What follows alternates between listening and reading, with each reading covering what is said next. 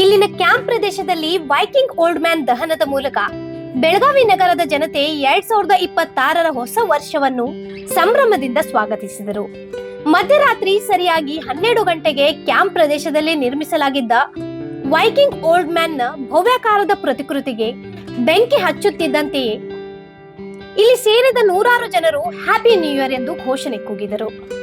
DJ ಸಂಗೀತದ ತಾಳಕ್ಕೆ ಯುವ ಜನರು ಉತ್ಸಾಹದಿಂದ ಕುಣಿದು ಕುಪ್ಪಳಿಸಿದರು.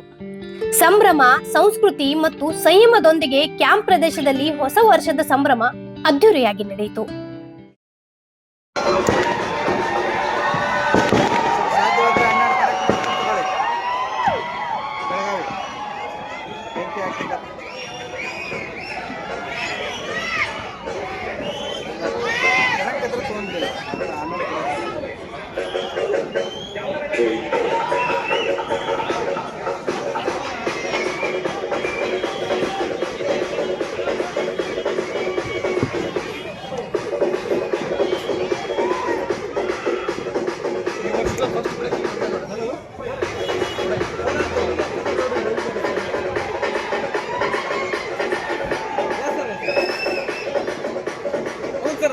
ರಿಪೀಟ್ ಮಾಡ್ತೀನಿ.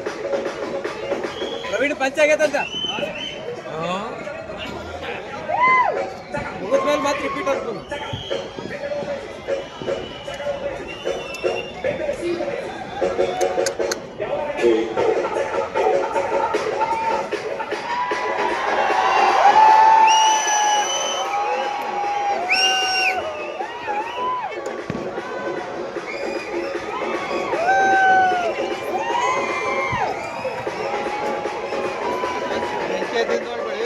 ಎಲ್ಲಿ ಬೆಂಕಿ ತಗೊಳ್ಳೋದು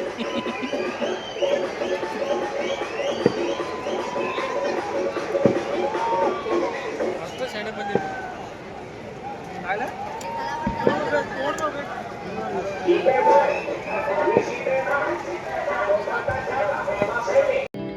ಇಂಥ ಇನ್ನೂ ಅಪ್ಡೇಟ್ಗಳಿಗಾಗಿ ಫಾಲೋ ಮಾಡಿ ವಾಯ್ಸ್ ಆಫ್ ವೇಣುಗ್ರಾಮ್ಗೆ.